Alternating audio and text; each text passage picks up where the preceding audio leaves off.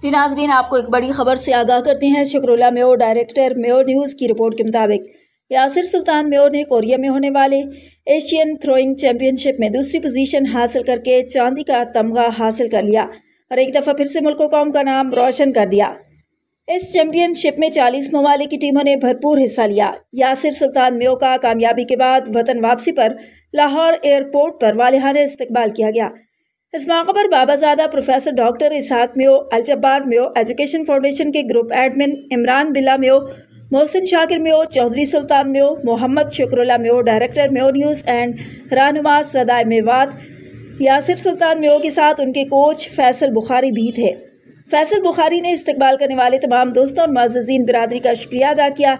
इतनी बड़ी कामयाबी के बाद भी सरकारी वज़रा में से कोई भी नजर नहीं आया। यासिर सुल्तान मेयो के लिए पाकिस्तान स्पोर्ट्स बोर्ड की तरफ से हौसला अफजाई करनी चाहिए और हमारी स्पोर्ट्स बोर्ड से अपील है कि ऐसे नौजवानों को सपोर्ट किया जाए ताकि ये मुल्क कौम का नाम रोशन करते रहें।